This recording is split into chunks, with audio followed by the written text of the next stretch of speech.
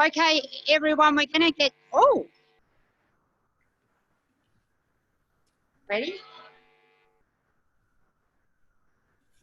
Okay, everyone, we're going to get started. I know we usually go with territory time, but we're booked to start this session on time and finish it on time. So we're all meeting here, the eve of the election. So hands up who's voted. So Anthony Green, the guru in politics, has told us that over 50% of people in the Northern Territory voted so far, but maybe he'll have to correct that and say in the community services sector, that's about 95%.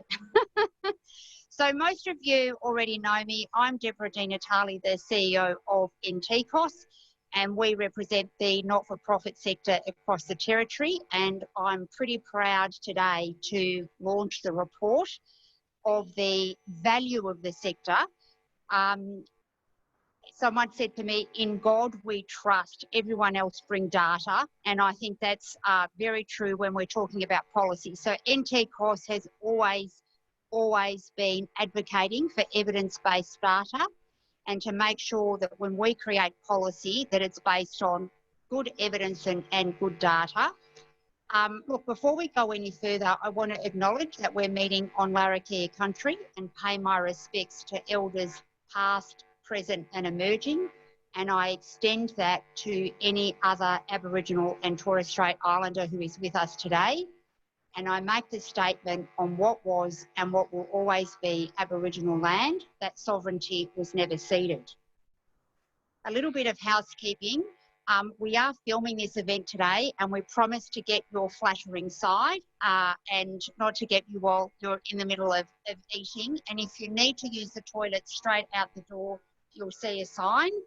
And the other thing is there is a beautiful printed copy of the report on your chair.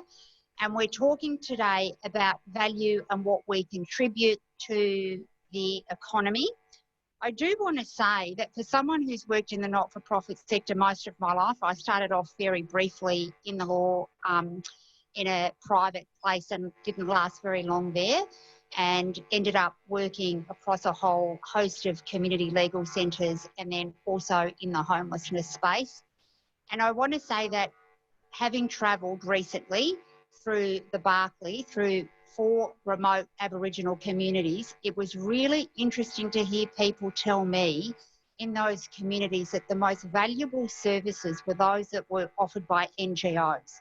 And what they said was, these are the people that are enabling me to access social security, to navigate my way through a safe house, to navigate through getting free legal advice.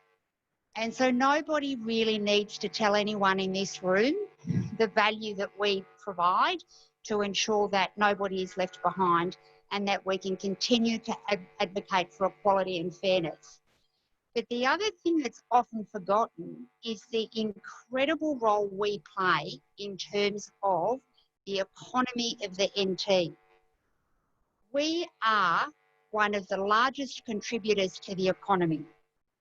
So if you actually don't go away with anything else today, one of the facts that I'd like you to remember is that our sector and our employees directly contribute $615.5 million straight back into the economy.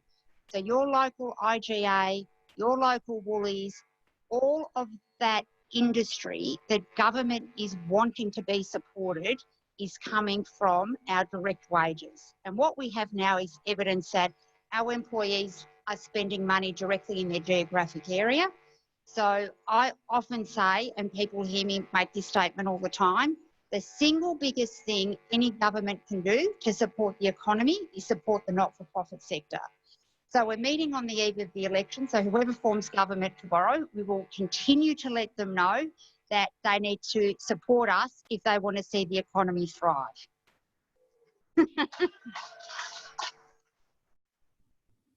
So I'd like to thank the Not-for-Profits UWA research team at the University of Western Australia for this second value of the not-for-profit sector report.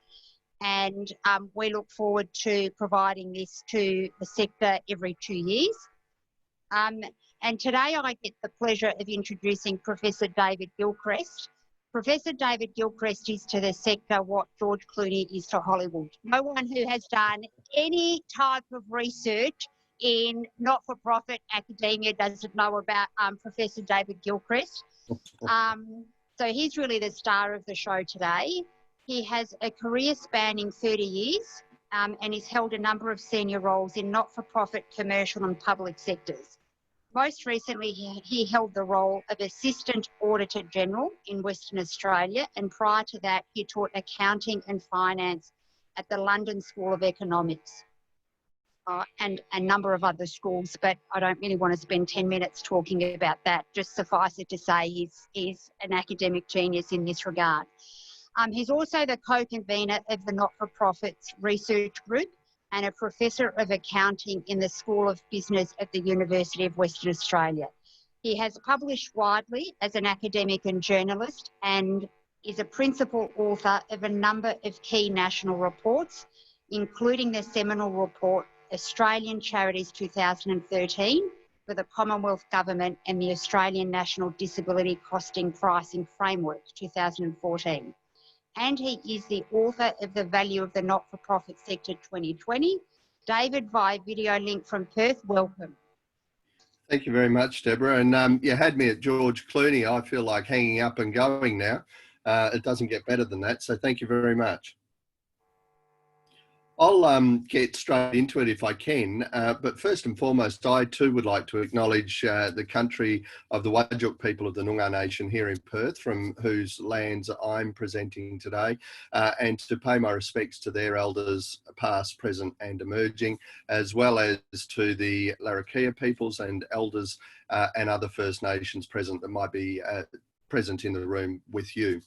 I'd also like to just acknowledge my co-author in this report, Tom Emery, who's a research fellow at Not-for-Profits UWA. And Tom's analytical work and quantitative work has been absolutely critical in this. So, and somewhat worryingly, tragically, he probably looks a bit more like George Clooney than I do. So in that respect, thank you to Tom. I'd also like to just finally thank NTCOSS. Always fantastic to be able to work with NTCOSS. They're very, very flexible and easy to get along with, and very focused in terms of making sure that they're getting value for money and also getting the right messages out in relation to the sector. And I think this sector is particularly important for a number of reasons, not least of those which Deborah's already identified. But some of the headline points that come out of this report I think are important to remember before we start off. The first is that the sector employs about 10,000 people. It deploys about 11,000 volunteers. And perhaps most significantly, and Deborah's already touched on this in relation to the economic contribution of the sector, it pays in excess of $500 million in salaries and wages to employees across the territory. And I think that's a really important thing to consider. The other thing to consider, I think, in relation to this report before we get into the grist for the presentation is that, as Deborah also said, this is the second report in a series. And I think it's absolutely critical for a number of reasons, which I think will be highlighted as I go through this presentation today, that we continue to develop this series of reports and to be able to not only understand where the sector sits at a particular point in time, but what is most useful is being able to understand the trajectory of the sector in the context of policy arrangements, particularly around funding that exists from time to time. And I'll talk to those aspects in this presentation, but I think it's really important that we feel strongly that we understand what's going on in the sector. Not only from the sector's perspective, and I've never been somebody that believes that charities or not-for-profit organisations should survive just simply because of their nature, but fundamentally because the health of the service sector is critical to providing supports to some of the most vulnerable people in our country, as you know. And to that extent, it's very clear that these people are the shock absorbers of poor policy, the shock absorbers of poor sustainability within the human services sector. And so they're the ones that actually ultimately bear the risk for all of the things that we might do right or we might do wrong. The other thing I want to do today then is to go through just some main points from the report to raise some key issues. It is a fairly substantial report and I think it's worth reading through, but at the end of the day, there are some key points that I think are really important for us to cover off, and hopefully I'll be able to raise some questions and comments at the end of the presentation as well in that regard. Two fundamental things, though, are really important to understand before we start. The first is, as Deborah's already stolen my thunder, which is absolutely okay with the George Clooney comment. She can do what she likes.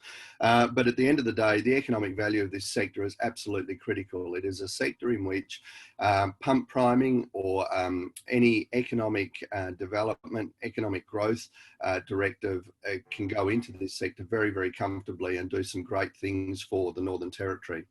I think the second thing that's important is that we are in the second report of this series, and we're starting to see now that some of the predictions in relation to the first report and some of the predictions in relation to some of the broader not-for-profit and charitable human services analytics that we're undertaking here at Not-for-Profit GWA are starting to come true. And so I want to highlight those things as we go forward. And then finally, I think it's really important to recognise that there needs to be a connection between the operations of the human services sector, government policy at the state and federal level, and also between organisations and within government. And I'll talk to data that supports that as part of this presentation too. Okay, so in the main part of the presentation, I want to, as I said, make some comments around the main facts or the key facts that have been identified in this report, and to make some comments about what kinds of risks they might be identifying for the sector and how the sector might respond to those and government might respond to those too. Starting off then,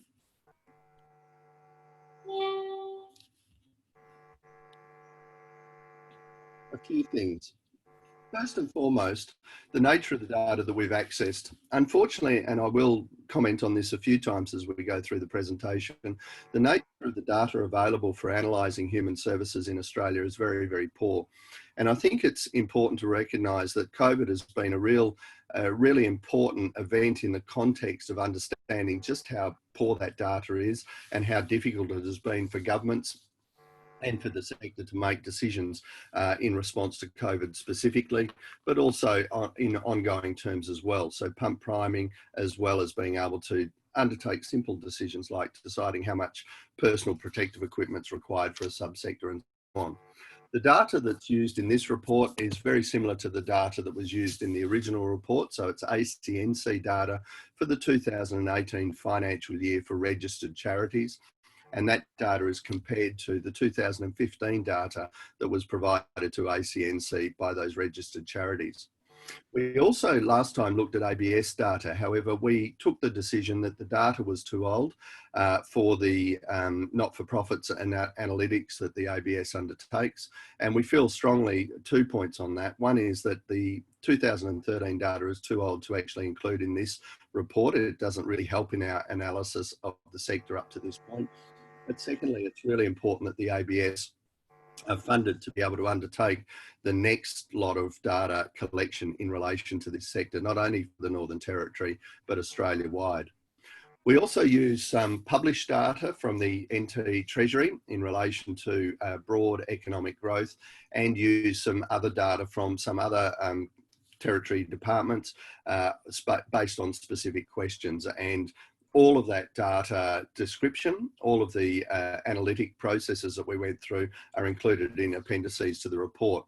I guess one thing I'd like to make known right at this point is that I'd be delighted to get emails or have you make any contact at all in relation to questions about the data, how we analyse the data, and how we identify the main issues that we've identified in the report.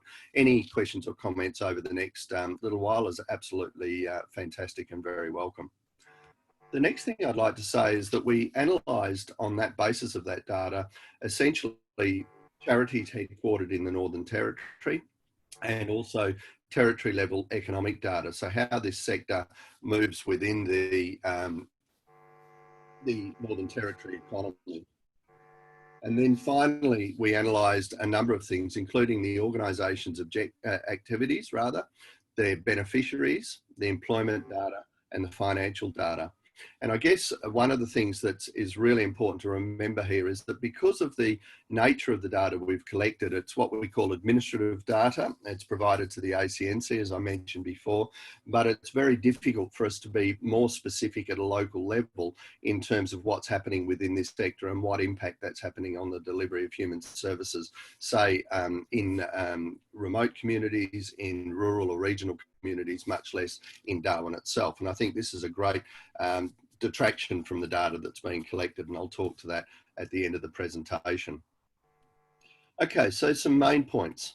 First and foremost, the charities overview themselves. So the number of charities headquartered in the territory shrank by 7.1% between 2015 and 2018. So from 450 to 418 registered entities. We can't, unfortunately, use the data to be able to identify how many other ongoing operations from externally headquartered charities are extant in the territory. It's very difficult to be able to understand that, and unfortunately I think that's a significant weakness for our understanding of human services delivery. There has been a slight increase in not-for-profit associations from 1,596 in 2015 to 1,620 in 2018. Pretty much set, so there hasn't really been much movement there. But remembering too that some of those associations will also be part of the charities group that we've analysed, so it will be registered entities under the ACNC's legislation. What has been interesting to note, though, is that there's been quite a move or a change in the size of these charities. And you'll recall under the ACNC that we have three sizes, imaginatively called small, medium and large, based on the turnover of organisations. We actually have continued the process of analysing this group of organisations by dividing them into 4 clusters rather than 3, and having a very large cluster from $10 million turnover and above. In terms of changes in size, this is the current spread of small, medium, large and very large charities in the Northern Territory, and in brackets is the 2015 spread. So you can see that small charities have reduced by almost a quarter, whereas other charities have gone up by a small amount, except for very large, which has gone up quite substantially.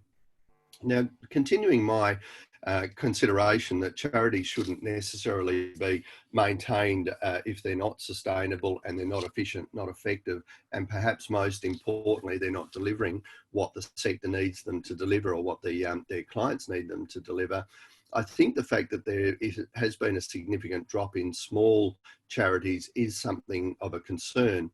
Not simply because small charities are usually quite close to community and quite close to understanding what that community needs, but also because small charities often deliver what we might term specialised services. And so the transition of small charities either out of delivering human services in the territory, perhaps they terminated or wound up, through to them growing to become medium, large or very large organisations, is suggestive of a risk that there could be some contraction in the services provided, and particularly specialist services might be left wanting as well. Again, unfortunately, we don't have good data to be able to analyse this more deeply, but I do think there's a risk there, and it's something that does need to be analysed in order for us to understand better what the sector is delivering and where the gaps in service delivery are. I'll talk to this a little bit more in a minute. The second main point relates to the top line industry group's economic contribution. And I think this is a really important aspect of understanding human services and what they contribute. I think in Australia, it's been very traditional for us to consider not-for-profits and charitable human service organisations as what might be called a fiscal sink. In other words, it's a set of organisations that we have to have, and which government, the myth extends to government funding it, but we need to try and reduce the amount of money that goes into that sector in order to ensure our budgets are sustainable. I think that myth really needs to be busted, and that was part of Deborah's opening comments as well. In busting that myth, looking at the top line industry groups, the economic contribution of those industry groups in which human services and other charities in the Northern Territory are allocated, you can see that they actually generate about 3.26 billion towards gross state product for the Territory. That constitutes about 12.44% of GSP, and if you compare that to mining, which contributes about 3.166 billion and 12.1% respectively to GSP in the Territory, it's a very significant economic activity. I think what is most significant about that economic activity is that, as you are all well aware, the employees of that sector are relatively low paid, and therefore a lot of that money goes back into consumption in the Territory, as well as Deborah identified. I think we need to do more to understand what the top line industry economic contribution is of these groups in order to be able to pump prime better next time we have a financial crisis or some difficulty, because I think this is a sector that should be targeted for that pump priming, because it has two fundamental effects. Then it drives the economy, and it also, of course, delivers services to people who very much need it. The third point, I guess, that's critical is that we need to understand who the sector actually supports. And again, this data is not as deep or as specific as it could be to help us to understand this. But nevertheless, we categorise the supported people using the ACNC categories, which don't necessarily align to all service recipients of charities in the Territory, but are as close as we can get in relation to that. In the report itself, we have an appendix that goes through and identifies those categories, as well as the activities that the charities undertake. So you should have a look at that if you're interested in this. The issue is the beneficiary category mix, and that means what kinds of beneficiaries or how many beneficiaries each charity actually seeks to support.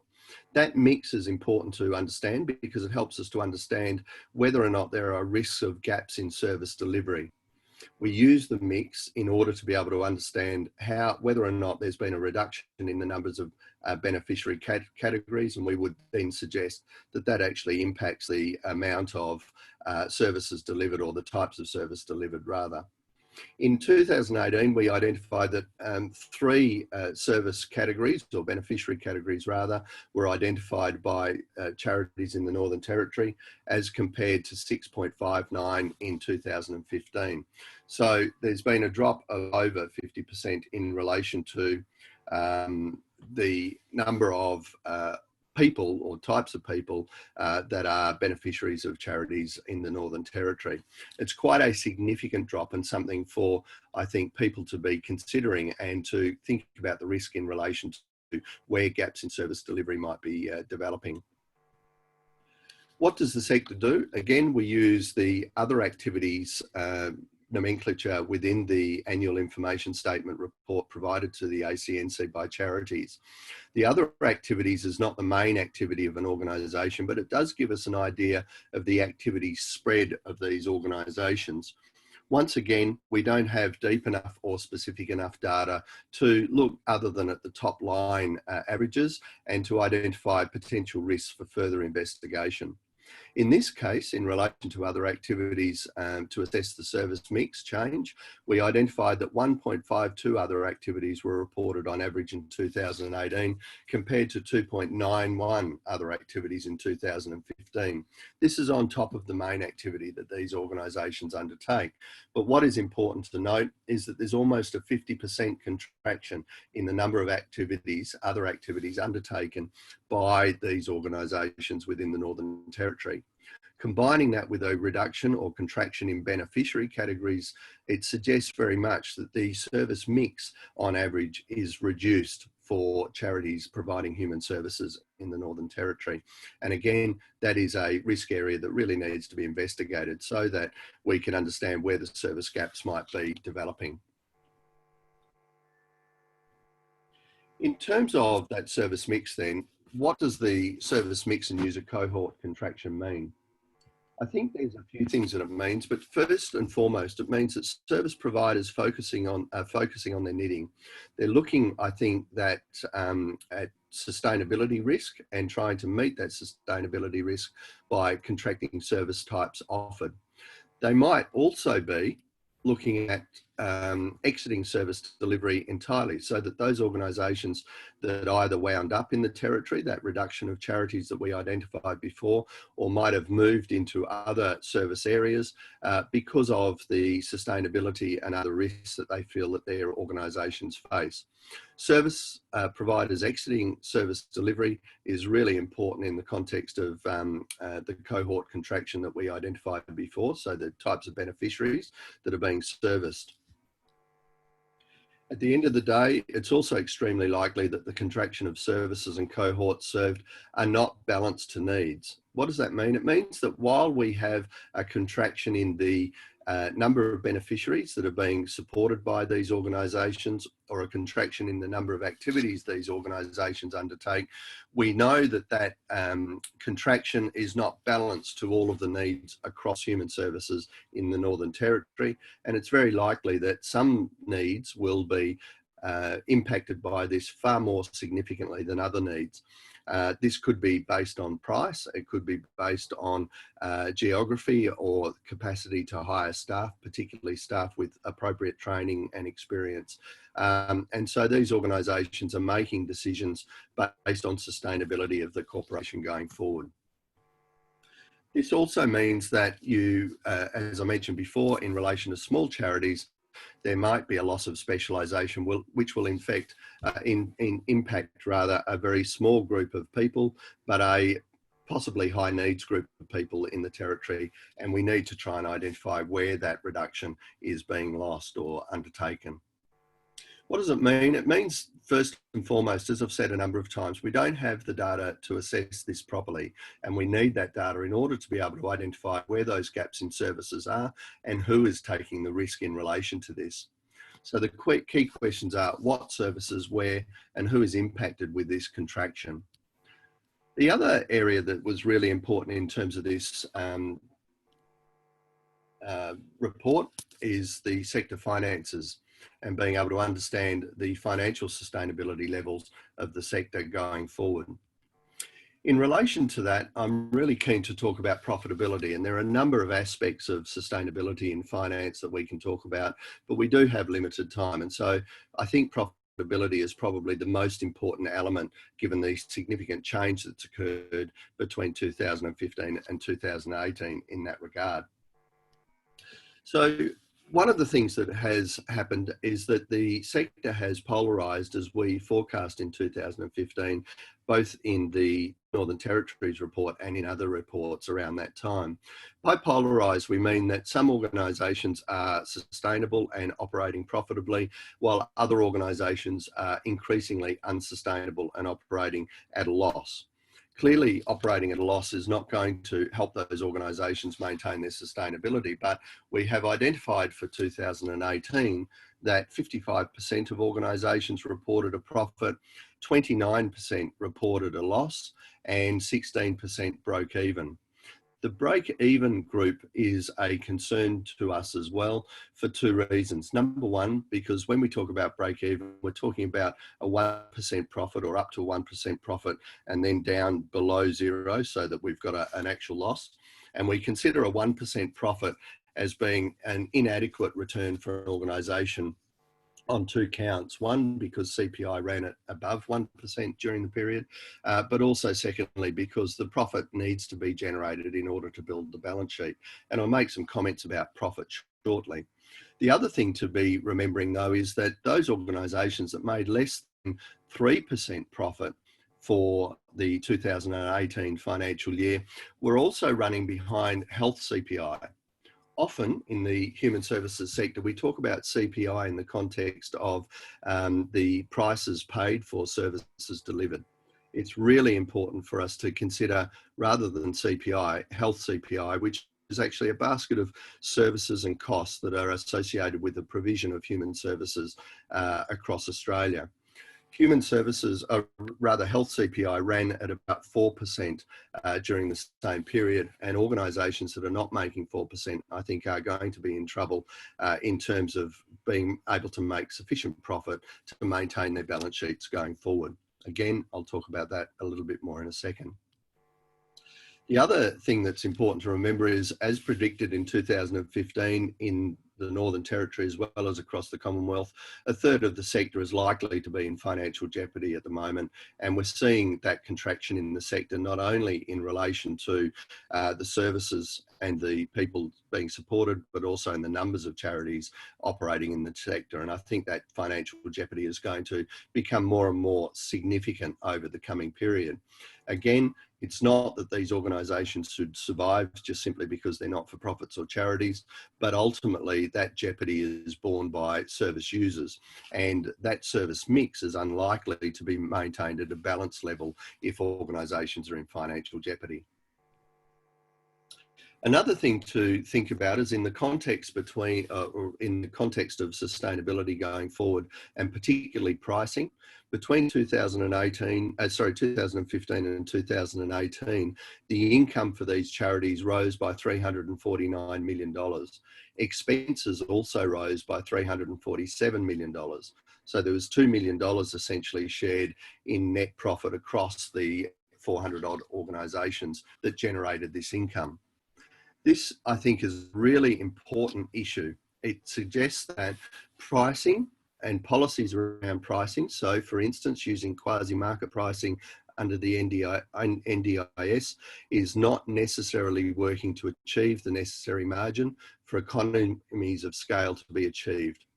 What does that mean? It means that at the end of the day, for economies of scale to be achieved, and we suggest that one of the drivers for organisations to wind up or to merge with other organisations, and we've seen a transition of organisational size increasing towards the larger, is in order to be able to obtain the margin for economies of scale, to reduce the overall cost of your operations and to be able to retain financial sustainability accordingly. These kinds of figures of $2 million over $349 million in additional income suggest that those policies are not delivering the sufficient margin to achieve the economies of scale sought. In other words, organisations with financial difficulty merging with other organisations with financial difficulty may well simply be increasing the problem that they have rather than actually resolving it. So I guess there's, again, the by now probably boring comment that we simply don't have enough data to be able to analyse the impacts of these profitability issues. But polarisation particularly is not able to be analysed effectively, and I think we need to do that for the service gaps that represents. We also need to remember that the impact will be on the service mix. That is the types, the numbers and the geographic location. Not necessarily all three at once, but it could be all three at the same time. Now, in terms of sustainability, profitability is really important. And I just want to remind people of this, because there is an enduring myth in the broad community around Australia that charities and not-for-profit organisations are not-for-profit because they shouldn't make a profit, when in fact the not-for-profit tag, as I'm sure many people in the room are aware and understand, relates to the fact that members of these organisations shouldn't profit financially from their membership. Profitability is critical in the short term. It allows for solvency, as I'm sure many people would be aware. In the mid-term, it's critical because it ensures the organisation's able to continue to provide services that meet the quantity, quality and timing required in accordance with the organisation's mission. But in the longer term, profitability is absolutely critical to building the balance sheet so that the organisation is able to replace its assets. And perhaps most importantly, and I think this is a deficiency that is playing out right across the Commonwealth, not just in the Northern Territory, but in all jurisdictions, where organisations simply don't have enough money to be able to invest to meet changing circumstances and policy arrangements. The NDIS is a great example of this, but other funding changes and other policy changes are also critically impacting organisations, and they don't necessarily have the reserves to be able to invest in change management to become fit for purpose under the new policy arrangements, having been fit for purpose under previous arrangements. I think this slide's a really important one for people to consider and to remember that profitability for charities and not-for-profit organisations is absolutely critical in order for the sector to continue to be able to provide human services of the quantity, quality and timing required to meet the needs. The other area has already been identified as the employment contribution. And as Deborah identified in her prefatory remarks, this is a really important part of the economic contribution overall of the sector in the Northern Territory, as it is around Australia. Indeed, the big issue, I think, with the employment contribution is not the numbers. And I mentioned before that in 2018, charities reported employing 10,300 odd people, up slightly from the previous period in 2015. The big issue, though, is job quality has been reduced in the sector in the period between 2015 and 2018. Indeed, the sector employed 10,389 people, as I mentioned before, a net increase on 2015 of about 1.6% in terms of headcount. The big problem is how these jobs are divided between full, part-time and casual. And indeed, full and part-time staff numbers reduced by 5.1% during this period. And at the same time, casual staff numbers increased by 36.4%. I think this is a really important issue for organisations to be considering. There are some logical reasons for why organisations go to that casual employment arrangement, and risk management is a key one of those reasons.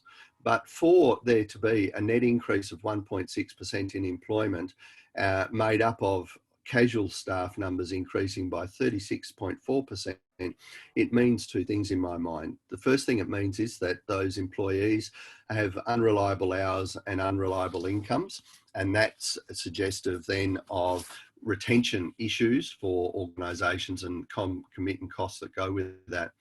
The second thing that it suggests is that there is a need for ongoing training, support and development of these people in order to be able to ensure the quality of services is provided and clinical risk is managed within organisational service delivery. Volunteers were also deployed, as I mentioned in my prefatory remarks, at the rate of 11,208 in 2018, which is about the same as it was in 2015, give or take a few people. I think we should compare this to the mining sector again. And coming from a mining state in WA, I know that mining is a significant issue and a significantly talked about issue in most news outlets around Australia. This sector is, I think, a really important sector, and we acknowledge it in economics terms as being critical. But the mining sector employed only 4,681 employees in the territory in 2018, or about 45% of human services sector contribution. So again, I think this captures a very, very significant economic value and employment contribution of the sector. But I do think that we need to think about what the job quality has been and what kind of cost that might be relating back to the sector and risks to those people who need the services that the sector provides. So those risks, as I mentioned before, are really in terms of clinical impact and costs, increased risk borne by the workforce, which is really important because we're starting to see anecdotally around the country that the workforce would prefer to work at Coles, Woolies or somewhere else for permanent hours and a more bankable salary. In other words, being able to get loans and other considerations are entering into the calculation of employees in this sector.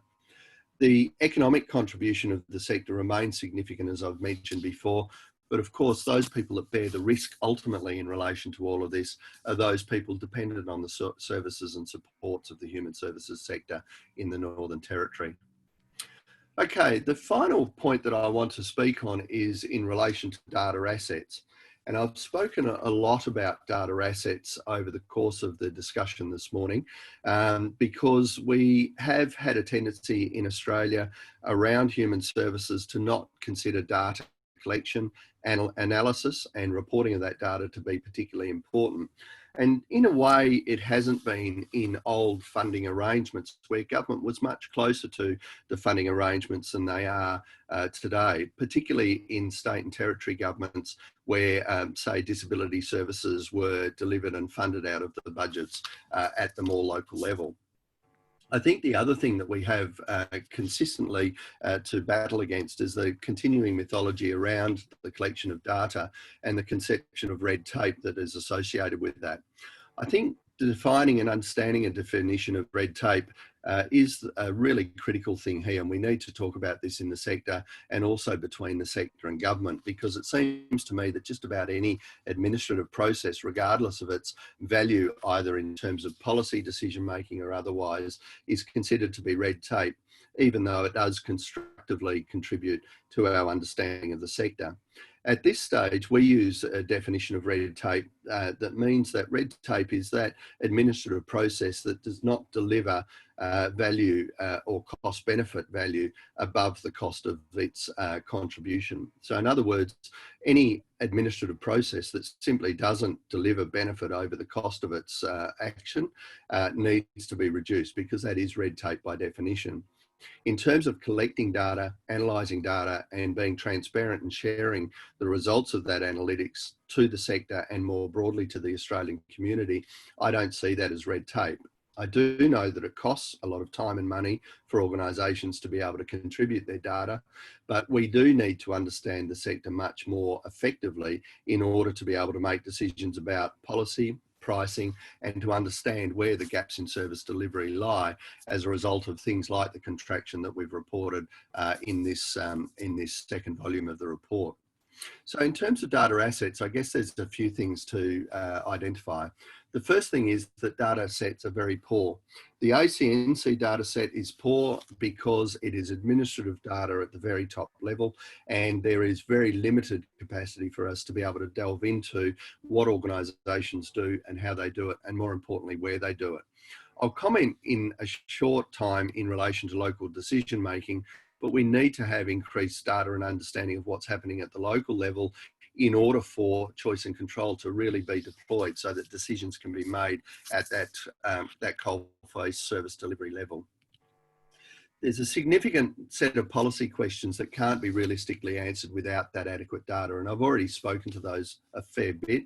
Ultimately, of course, the risk goes to those people who are using those services and rely on them. The changes in cohorts served, the service mix and the profitability changes are critical areas that need examination. I've mentioned it a number of times in this presentation that I don't believe that charities and not-for-profit organisations should survive and continue to operate just because of the nature of their organisations. They should be efficient, they should be effective, but we don't really understand what is efficient, what efficiency is, and what effectiveness is in the context of this sector broadly. And I think this is an area where we need to have not only data collection and analytics, but also transparency within the government not-for-profit nexus, but also across the community, so the community can understand what's going on too. We need better data and transparency to support providers and government and better allocation of resources. I think that stands to reason. But what is important is that government and providers need to work together to identify that data and to analyse that data together so they both understand what's going on. I think that the successful implementation of any industry plan, including that of the Northern Territory, requires a data strategy.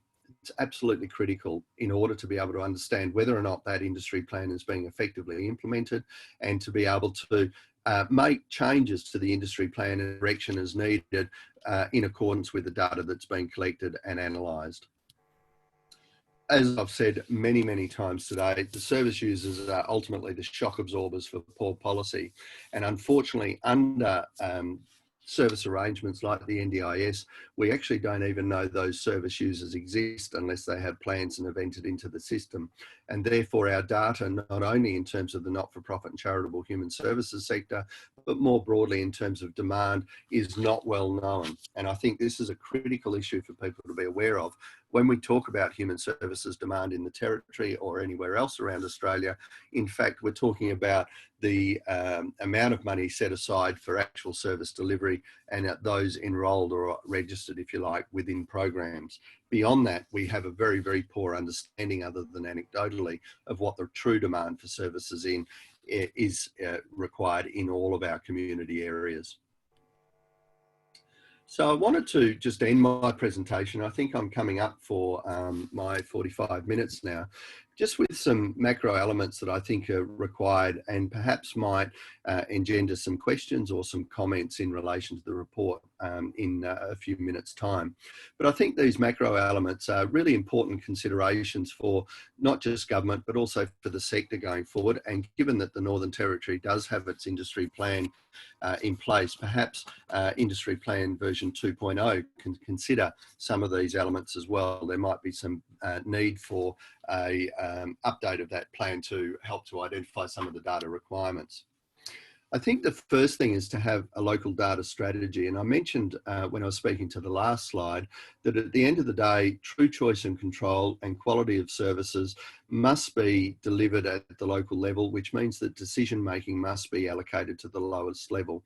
And that is very difficult with a number of programs, particularly those funded by the Commonwealth, where Canberra or Geelong or some central place is making many, many policy decisions.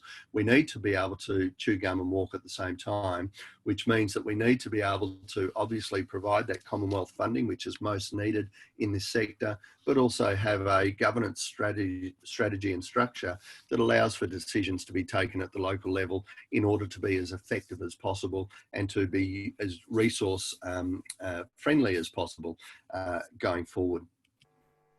We need to invest in the data capacity of government and service providers. So not just service providers, but also intergovernment and intra-government capacity for understanding what data is available and analysing that data is very weak across Australia. And COVID certainly identified that as a major issue. Not necessarily that government departments didn't even have data, but that the fact that they were unable to often be able to analyse that data and work out what it actually meant, for a number of reasons, including that the data wasn't housed effectively to allow for that analytical capability. We need an investment in understanding comprehensive costs of service delivery, and I think this is a big issue across a number of program areas, disability, aged care and so on, and I think it's something that will also be identified in the various Royal Commissions that are underway at the moment. An investment in understanding comprehensive cost of service delivery is absolutely critical to being able to ensure we're efficient, effective, but most importantly that the services are sustainable and those that rely on them are able to rely on them without risk of loss of service or components of their services going forward. We need to develop a comprehensive industry plan, including to manage contraction. I think this is a really important issue. We've seen contraction between 2015 and 18 in terms of those beneficiaries that are supported by the Northern Territory sector. We've seen contraction in the number of activities that those organisations undertake, and we've also seen contraction in the number of organisations themselves. Again, my constant position is that organisations shouldn't be surviving just because of their nature. However, if we don't have a comprehensive industry plan to manage that contraction, then services and supports will be lost, but perhaps unknowingly, that human resources that are experienced and appropriately trained will be lost to the sector, and also assets will be lost to the sector unless we allow organisations to retreat from service delivery in a controlled way, and for other organisations to be able to take up the baton where those original organisations are terminating. Decision-making capacity at the local level, I've mentioned before, is absolutely critical, but it must be supported by local data. We must have data at the local level that is very specific to what's happening in that to that particular cohort in terms of the needs of the community at that point. I think this kind of element is very, very prescient, particularly in the Northern Territory, where, as we know, there are significant community needs, and those communities are small in remote areas and where utilisation is often very poor, particularly in the context of NDIS, and we've seen that reported before. So that's all I really wanted to talk about today. I'm very happy to take questions and comments, and I think we've got time to do that. But in the meantime, I'll hand back to Deborah and we'll go from there. Great, thanks David. So we've got time for a couple of questions. If you can just wait for the roaming microphone to get to you. But just to get us started, David, I might kick off and ask one. So you were talking about the lack of government data. So what can we do, I suppose particularly NTCOSS, what can we ask a new government to do to ensure that we've got the right data sets and we've got access to the right types of numbers to help us out? It's a really important question, Deborah, and I think first and foremost, number one, we need to undertake a stock take of what we call administrative data across governments in Australia in any case. So Northern Territory government is no different to other states and territories or the Commonwealth in the sense that there are lots of administrative data assets within these agencies, but often the agencies themselves aren't aware of that data. Often the data is not in a position to be able to be analysed and to be used for the development of intelligence to support policy and practice going forward, and it's certainly not made transparent. So to me, I think there's three fundamental things that need to be done. A stock take of what data is already there, because why do we want to collect more data if we have some in place? Secondly, that data needs to be housed in a format that allows for analytics to be undertaken, both within the housing agency, across government, and between government and the not-profit and charitable sector. And thirdly, I think there needs to be some transparency about around data, particularly that anonymised data in relation to operations, locations, and so on and so forth, in order that the sector can respond not only to what that data is telling them, but also where they see gaps in service delivery and so on. At the end of the day, there is a lot of data being collected, but we're not using it in any way near as effectively and as efficiently as we can to be making decisions. I think the final point on that is that there also needs to be considerable investment in government departments to understand what data is available, to understand what data should be collected in order to be able to answer questions. So governments often, and again, Northern Territory governments no orphan here, often collect data that they traditionally collect without perhaps sheeting home the purpose of the collection of that data, or understanding what better data they might be able to collect to be able to support decision making going forward. So I think there is an investment required to raise skills and capacity, and to invest in being able to identify and house that data more effectively so that it can be used. And again, this is not a Northern Territory government unique issue. It is across all of the governments in Australia, I'd suggest. Terrific, thank you. I can see Nolene there with the microphone, so I'll hand over to her. Nolene is from Save the Children here in the Northern Territory. Hi, NWA. Thank you. Hi, David. How are you, mate? I know it's early morning over there, so this is dedication to the task. They're an hour and a half behind us, so well done, mate. Hey, listen, I was really concerned about that increase in casualisation of workforce, more than 36%. Can you give us a little bit of an idea of sort of what's driving this?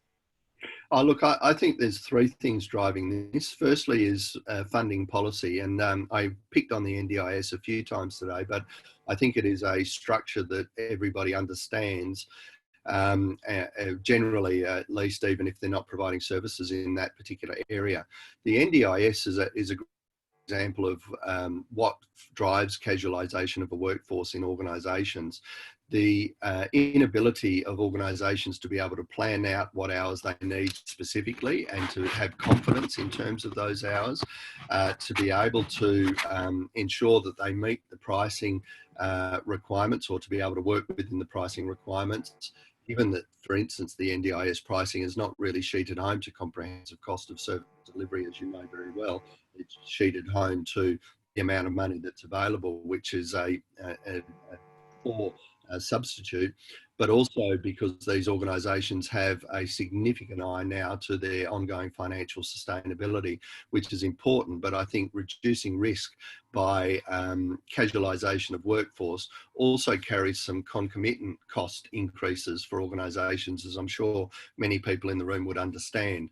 It increases risk of turnover, which increases the risk that staff with adequate training and adequate experience are less likely to be deployed, which then increases, of course, the risks assumed by those service recipients that are unable to actually change this situation. So I think the drivers are around risk, and I think they're around pricing and around the fact that governments and policymakers at all levels of government are relying on quasi-markets to be able to reallocate resources where they need to fit. And I think there's a fundamental misunderstanding of quasi-markets and how they work within government departments. I think there's a really important opportunity for some increased capacity building there to be able to understand the economic model that they're implementing. But ultimately, it's risk management, I think, that drives this casualisation. Question down the back. Thank you.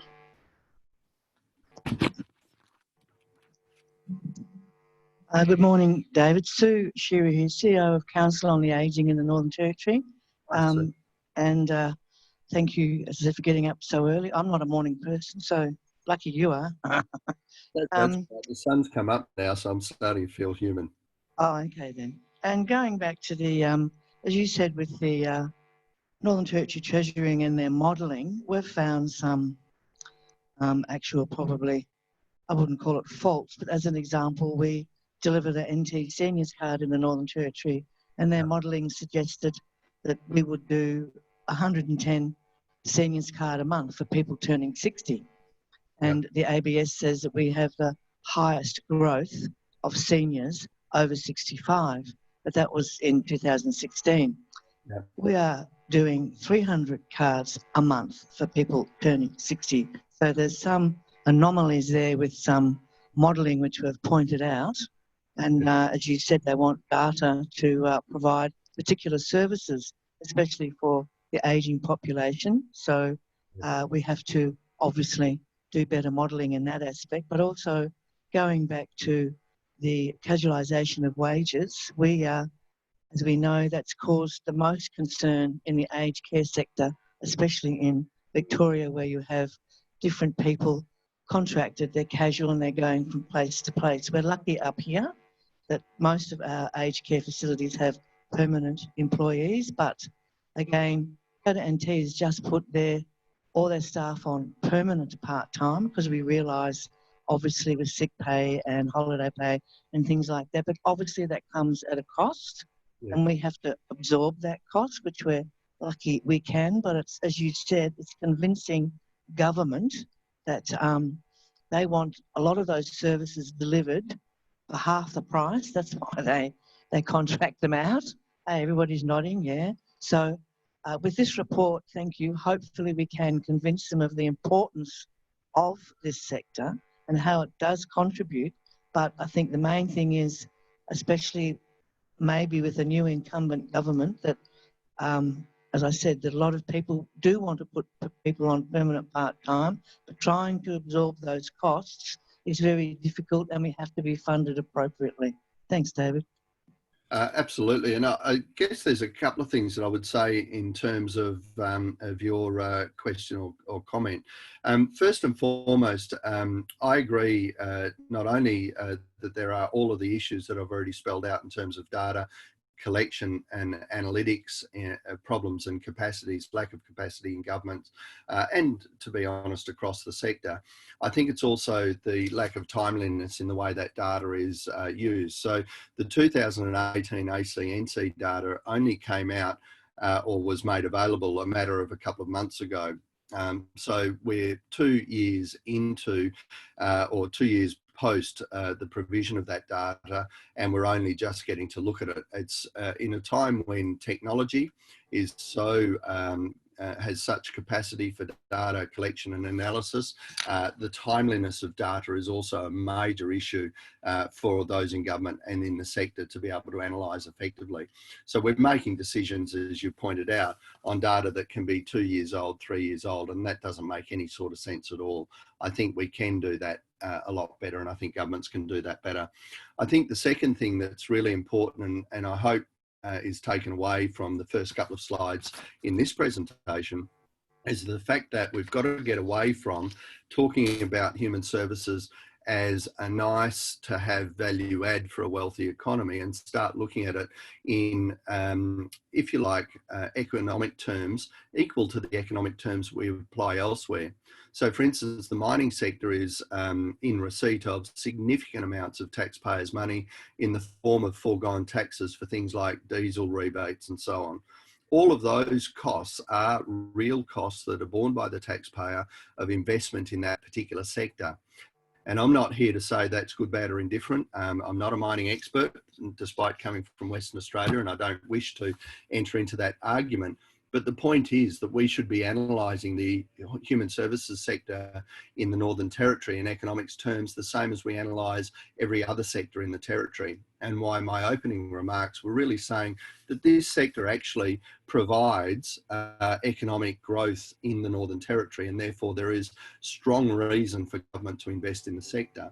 I think the second issue, and it's really difficult for me to go through all of the findings and to talk ad nauseum about all of these things in the time that I have, but the charitable sector in Australia, and I can investigate this for the Northern Territory as well, or rather it extrapolates to the Northern Territory as well, finds half its income from other sources. So human services are supported 50% by government, 50% by other services in sources in very general terms. So I'm talking at the very top level. And so there'll be organisations that only receive government funding, and there'll be organisations that don't receive any, as I'm sure you're all aware. But my point is that the sector is contributing 50% from its own sources to the broad provision of services as charities. And I think that's a really critical part of the calculus for governments who want to pump prime as a result of a COVID or some other economic crisis that we've had. And I think that needs to be taken into account. The third thing, while I'm on a roll and on my soapbox, is that with regard to pump priming, I think there's also a great deal of need for the Commonwealth and the states and territories governments to get together and to work out what they do next time there is a economic downturn of some significance. I think they are predictable. Obviously, things like COVID aren't, or the causes of those downturns might not be predictable, but certainly we will have another downturn in the next 3 to 5 years. We will look to pump prime in that time, and we should have our objectives for pump priming sorted out now, not waiting for the actual crisis. So I think that's also a part of this issue. I hope that all makes sense. We've probably got time for, what, one more? One more, yep. Stephen Lawrence from Ironbark Aboriginal Corporation. You mentioned in your talk, profitability is essential for sustainability. So how do we as a sector build sustainability, especially if we're relying on grant funding? If grants are not spent, they generally return back to the funding provider. Yeah. Yeah. So I think we have to do two things, and it's very hard for me to talk to your situation specifically. It's also, I think, a great indicator of the lack of understanding of the economics of this sector, that governments still provide grants where you need to repay any profit that you've achieved out of being more efficient and more effective in what you do.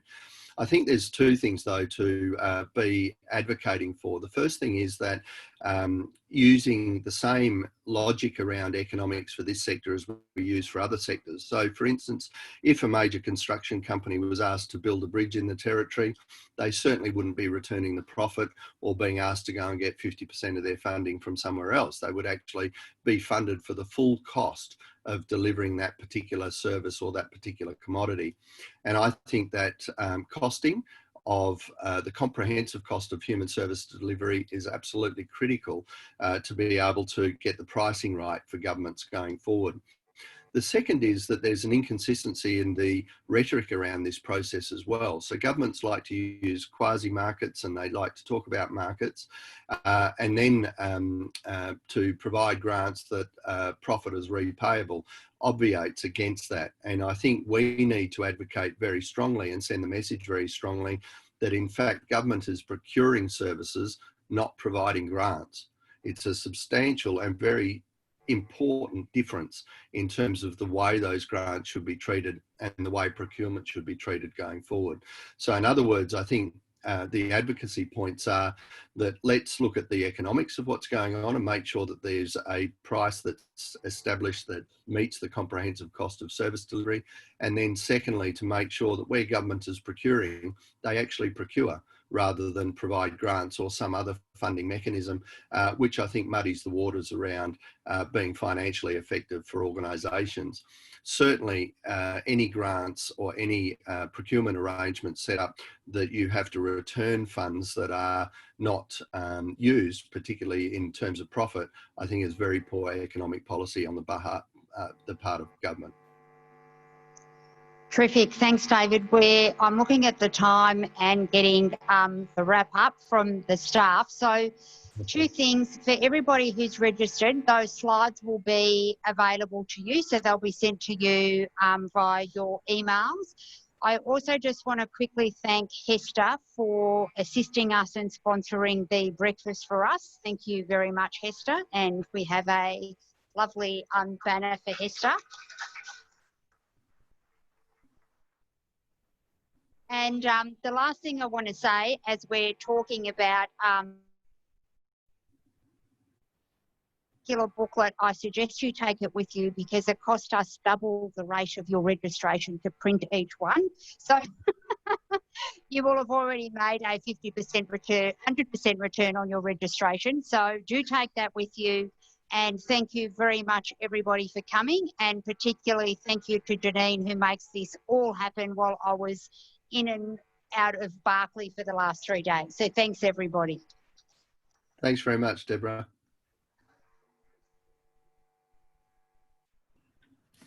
And for those of you who want your 5 minutes of fame, Will might actually stop you and ask you a couple of questions because we're trying to get a 3-minute video together to highlight some of our services and what you do. So if you've got a couple of minutes and you're happy to be videoed, that would be terrific. Once again, thanks, David, star of the show. We couldn't have done it without you. Thank you. Call me George from now on.